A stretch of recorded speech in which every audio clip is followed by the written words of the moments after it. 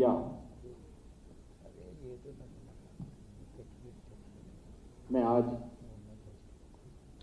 Process 6,696 शिक्षकों की नियुक्ति का ये समारोह है। इस समारोह में मेरे साथ यहाँ पर उपस्थित मेरे वरिष्ठ सहयोगी उप मुख्यमंत्री डॉक्टर दिनेश शर्मा जी, बेसिक शिक्षा विभाग के मंत्री डॉक्टर सतीश चंद्र द्विवेदी जी, प्रमुख सचिव बेसिक शिक्षा श्री दीपक कुमार जी, सचिव बेसिक शिक्षा श्रीमती अनामिका सिंह जी, महानिदेशक बेसिक शिक्षा श्री विजय किरण आनंद जी, बेसिक शिक्षा परिषद से जुड़े हुए सभी अधिकारीगण, प्रदेश के विभिन्न जनपदों में उपस्थित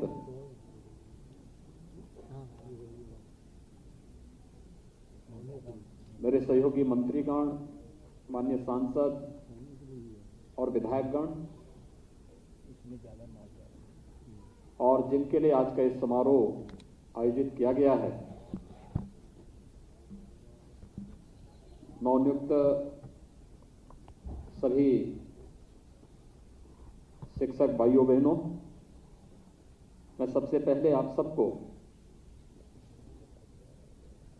एक पारदर्शी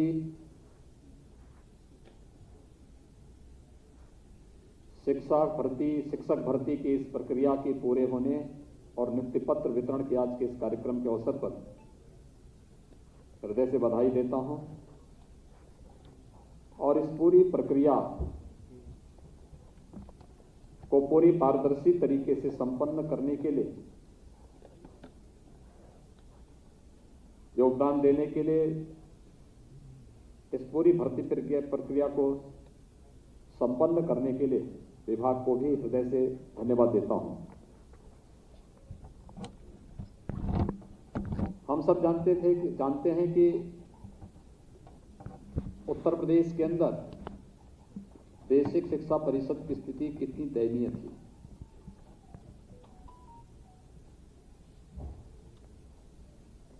एक 1,35,000 से अधिक बेसिक शिक्षा परिषद के विद्यालय पूरे प्रदेश में थे,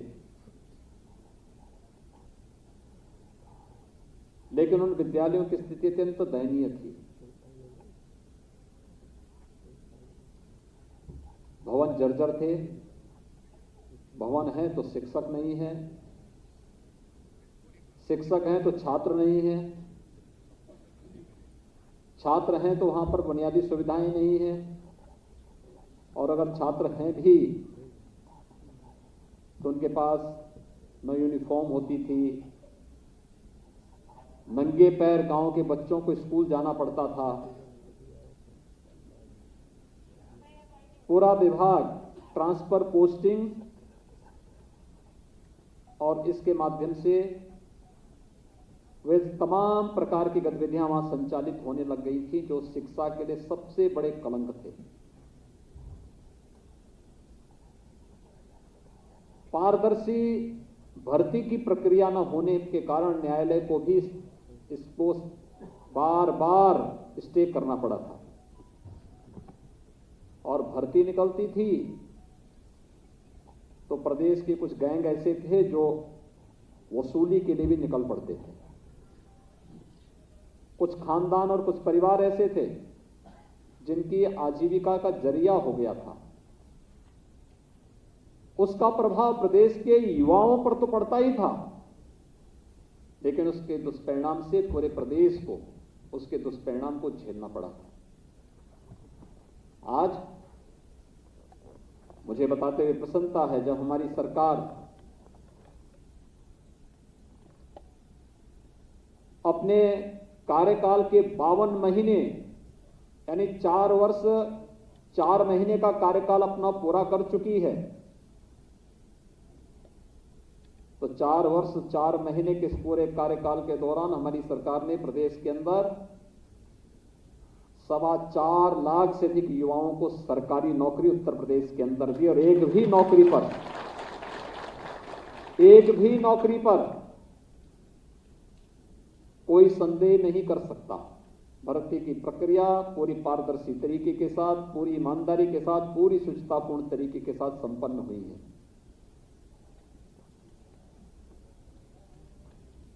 ईमानदारी और शुचितापूर्ण तरीके से भर्ती की प्रक्रिया का संपन्न होना आप जैसे युवाओं को भी अपने लक्ष्य को प्राप्त करने में मददगार साबित हुआ। आज वही कारण है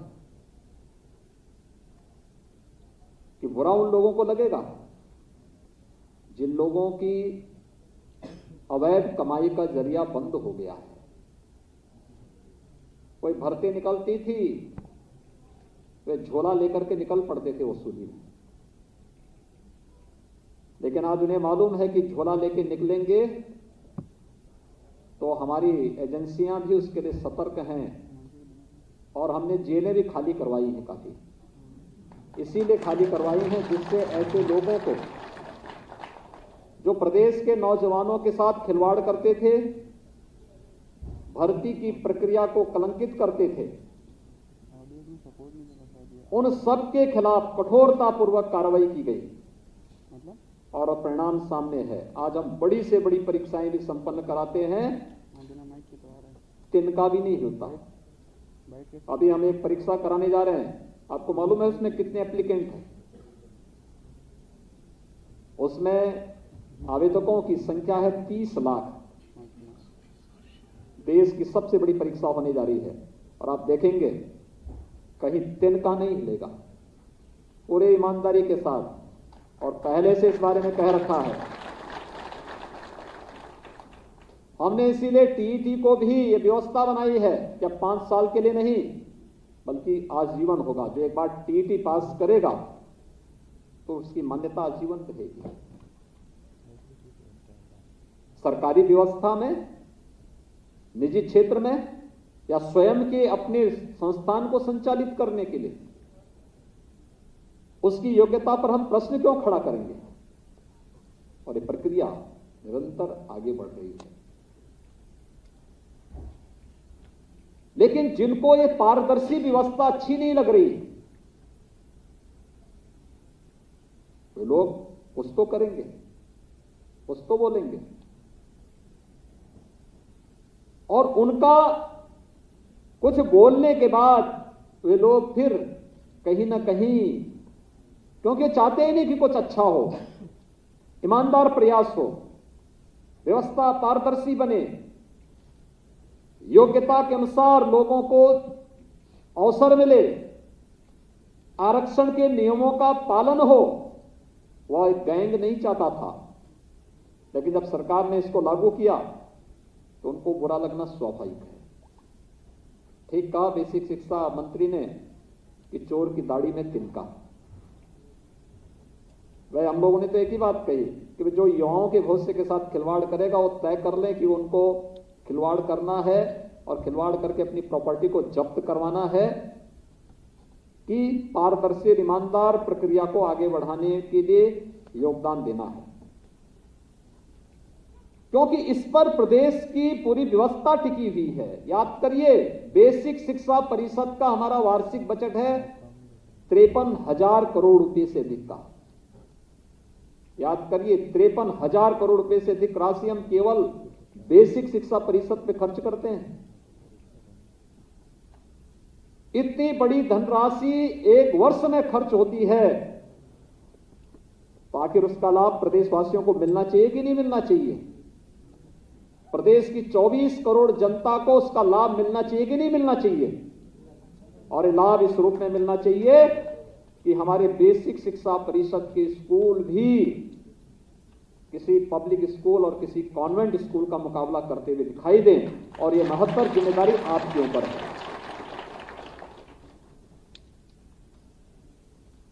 जो लोग ये चाहते थे अपने बच्चों को तो स्वयं भी कोई ऑस्ट्रेलिया भेजता था, कोई इंग्लैंड भेजता है, कोई और जगह भेजता है, लेकिन गरीब का बच्चा न पढ़ पाए इसलिए वे सभी स्कूल जर्जर करके छोड़ दिए थे। 1,35,000 विद्यालय बेसिक शिक्षा परिषद के जर्जर हैं, कोई पुरसा हाल नहीं। आखिर सरकार 2017 के पहले भी तो रही होंगी। क्या कर रहे थे लोग? बजट वही खर्च होता था, पैसा खर्च होता था, वेतन भी निकलता था, भवन के नाम पे भी पैसा जाता था, लेकिन विद्यालय जर्जर है। भवनों में बड़े बड़े पेड़ उगे हुए हैं, वो पीपल का पेड़ और बरगद का पेड़ कहीं जमीन पे नहीं दिखता था, विद्यालय के भवनों पे जरूर दिखाई देते थे।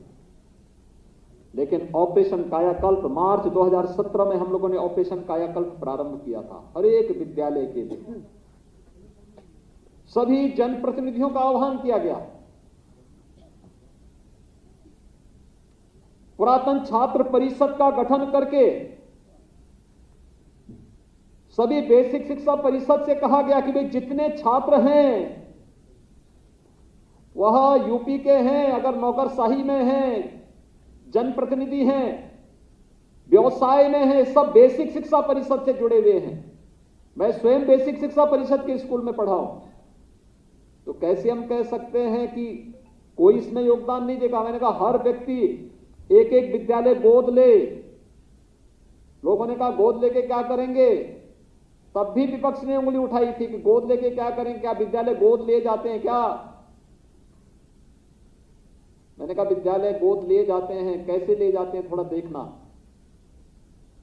तब भी उन्होंने हमारी कार्यपद्धति में प्रश्न किया था। लेकिन आज जब 1,20,000 से अधिक विद्यालयों को ऑपरेशन कायाकल्प के माध्यम से उनका सुंदरीकरण करके उन्हें स्कूल दिखने लायक स्कूल बना दिया गया, उनकी आंखें अब उसको देख करके भी घबरा रही हैं कि अगर गरीब का बच्चा पढ़ लेगा तो फिर क्या होगा। उनको परेशानी इस बात की है कि उन बच्चों की यूनिफॉर्म, आज सरकार उनको 2-2 यूनिफॉर्म देती है, बैग देता है, बुक्स देती है, जूते मोजे उन बच्चों को उपलब्ध कराए जाते हैं। अब गरीब का बच्चा भी अच्छा जूता मोजा पहनेगा, स्कूल जाएगा, स्वेटर दिया जाएगा, जाड़ों में ठिठुरेगा नहीं। उन गरीबों को जाति के आधार पर, क्षेत्र के आधार पर, तमाम अन्यवाद के आधार पर बांटने वाले लोग इन सब चीजों से ज्यादा उनको परेशानी है कि अगर ये सब लोग आगे बढ़ जाएंगे तो फिर इनकी पूरी राजनीति समाप्त हो जाएगी। ये वंशवाद और जातिवाद की राजनीति समाप्त हो गई तो फिर इन बेईमान और भ्रष्ट लोगों को कोई पूछेगा नहीं। और इसलिए उनकी परेशानी तो इस बात को लेकर के थी कि आखिर ये सब क्यों हो रहा है, और उसको लेकर के उनकी परेशानी हर व्यक्ति समझ सकता है।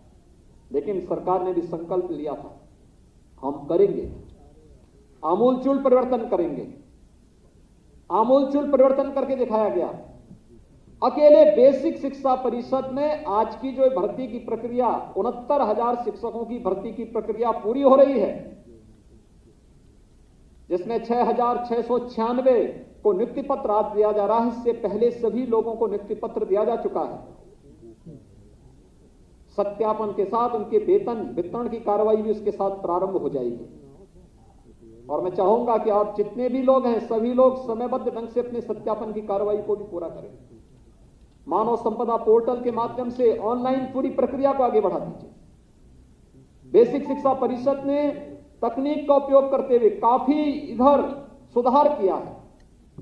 उस सुधार के साथ आप सब जुड़ जाएंगे तो मुझे लगता है बेसिक शिक्षा परिषद देश का सबसे बड़ा बेसिक शिक्षा का परिषद तो होगा ही, लेकिन सबसे अधिक छात्र संख्या की दृष्टि से भी सबसे बड़ा परिषद के रूप में यह आगे बढ़ सकता है।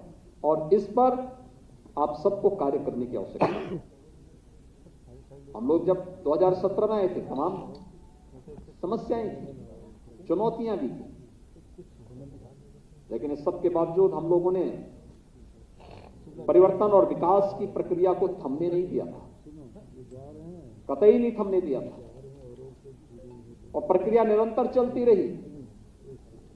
उस प्रक्रिया को निरंतर आगे बढ़ाया जा रहा है। और मैं फिर आप सबसे कहूंगा, आप में से 69,000 शिक्षक इस समय हम लोगों ने नियुक्त किए हैं। 54,000 से अधिक शिक्षक इससे पहले की प्रक्रिया में सब नियुक्त हुए हैं।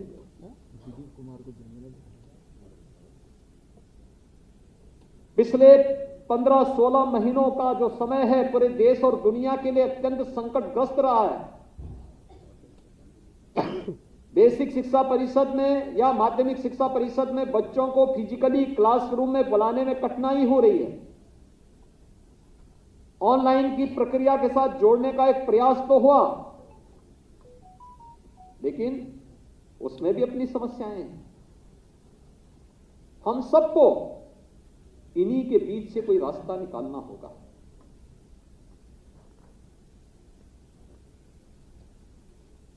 अब सोचिए कि 1,20,000 शिक्षकों की नियुक्ति तो केवल बेसिक शिक्षा परिषद में हुई है। माध्यमिक शिक्षा परिषद की अलग है, उच्च शिक्षा की अलग है, तकनीकी शिक्षा की अलग है, मेडिकल शिक्षा की अलग है। अगर इन सभी शिक्षाओं के उसको हम एक साथ जोड़ लें तो अकेले शिक्षा विभाग में ही हम लोगों ने 1.5 लाख से अधिक शिक्षकों की तैनाती की है विगत 4.5 वर्ष, 4.25 वर्ष के दौरान। 1.5 लाख से अधिक शिक्षकों की भर्ती केवल शिक्षा से जुड़े हुए विभागों में उत्तर प्रदेश के अंदर हुई है और लगभग 4.5 लाख भर्ती की प्रक्रिया की दिशा में हम तेजी के साथ आगे बढ़ रहे हैं। यही नहीं, प्रदेश के अंदर सुरक्षा का एक बेहतर वातावरण भी दिया गया। शिक्षा हमारे लिए मूल था, महत्वपूर्ण था। शिक्षा के बगैर हम किसी प्रकार की परिवर्तन की उम्मीद नहीं कर सकते। लोगों के जीवन में उनकी आशा और उनकी अपेक्षाओं को पूरा करने की कोई उम्मीद नहीं की जा सकती। लेकिन इस सब के बावजूद प्रदेश के अंदर कानून का राज हो, कानून के राज से बहुत सारे लोग घबराते हैं, क्योंकि कानून के राज में होती है तो अवैध संपत्ति अर्जित करने वाले, प्रदेश के अंदर सत्ता के शागिर्द बन करके गरीबों की, व्यापारियों की प्रॉपर्टी को कब्जा करने वाले, सरकारी धन को जबरन आहरित करने वाले, इन सब लोगों की प्रॉपर्टी भी जब्त हो रही है।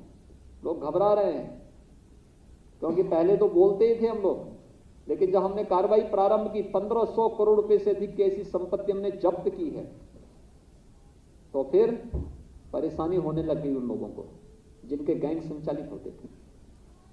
परेशान हो गए लोग। ये कानून का राज प्रदेश में निवेश को आगे बढ़ाने में मदद किया है। प्रदेश लगभग 4 लाख करोड़ रुपए से अधिक का निवेश इस दौरान प्रदेश के अंदर होता है। ये केवल निवेश नहीं, ये प्रदेश के अंदर रोजगार के सृजन का भी एक माध्यम बना है। 1,61,00,000 से अधिक नौजवानों को केवल इस क्षेत्र में निवेश के माध्यम से हम लोगों ने रोजगार उपलब्ध करवाया है। और प्रदेश तो पहले से बहुत समृद्ध रहा है इस दृष्टि की सूक्ष्म लघु मध्यम उद्यम क्षेत्र में उत्तर प्रदेश की अपनी उपलब्धियां थी।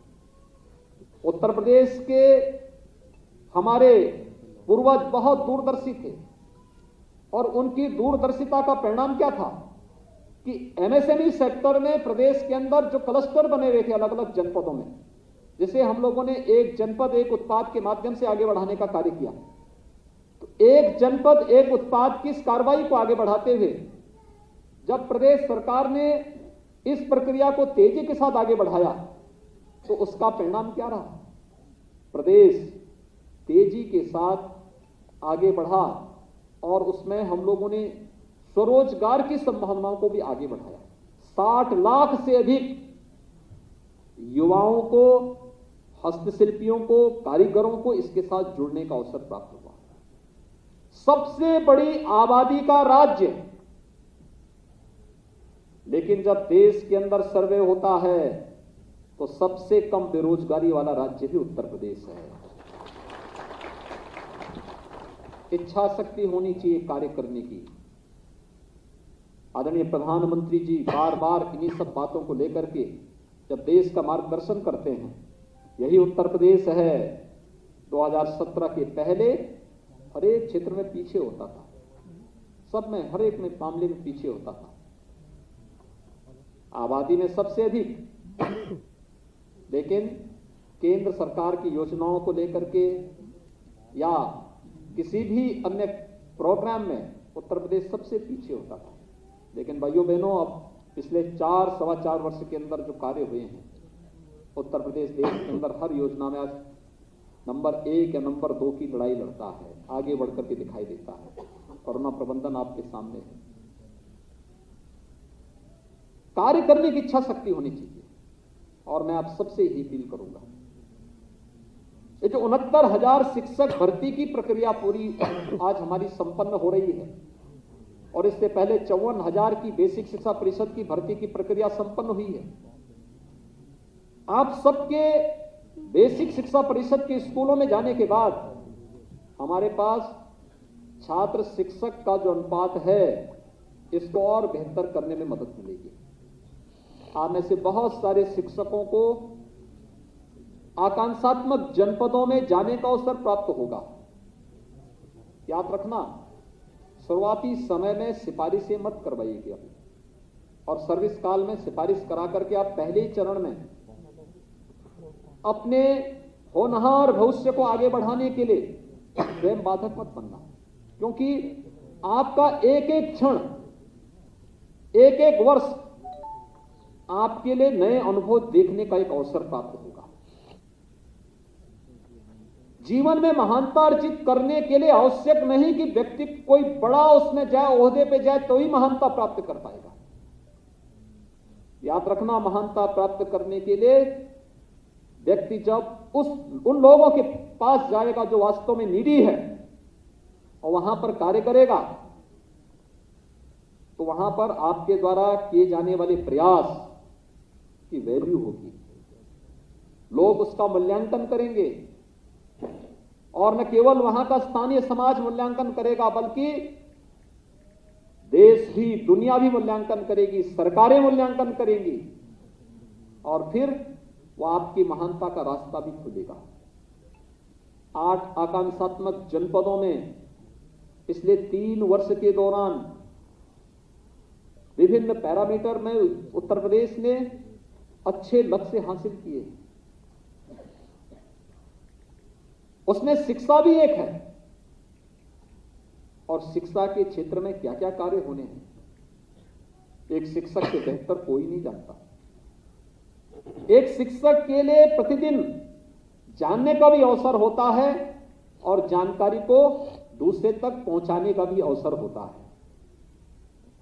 हमें से हर व्यक्ति एक छात्र भी है, और यह सौभाग्य केवल आपको प्राप्त हुआ है कि आप छात्र के साथ साथ एक शिक्षक के रूप में भी मान्यता प्राप्त कर रहे हैं, जो समाज को कुछ दे सकता है। इसलिए देने की यह सामर्थ्य ईश्वर ने आपको दी है, तो कम से कम उसका बेहतर उपयोग आप जरूर करिए। और उस दृष्टि से आप एक बहुत महत्वपूर्ण कार्य के साथ आगे बढ़ रहे हैं, और वह भी बेसिक शिक्षा परिषद में। ये न्यू है, समाज की न्यू जितनी मजबूत आप कर पाएंगे, जितनी मजबूत आप कर पाएंगे, राष्ट्र एक समृद्धशाली बने, सशक्त बने, उस पर बनने वाला भवन उतना ही समर्थ और शक्तिशाली होगा। और ये महत्तर जिम्मेदारी आप सबको निभानी है। उस जिम्मेदारी के लिए आपका आह्वान करते हुए आपसे मैं एक ही अपील करूंगा कि अगर एक ईमानदारी पूर्ण तरीके से पारदर्शी और सुचितापूर्ण भर्ती की प्रक्रिया का पार्ट बने हैं, किसी को भी सिफारिश नहीं करानी पड़ी होगी, किसी से नहीं, सिफारिश की कोई आवश्यकता ही नहीं।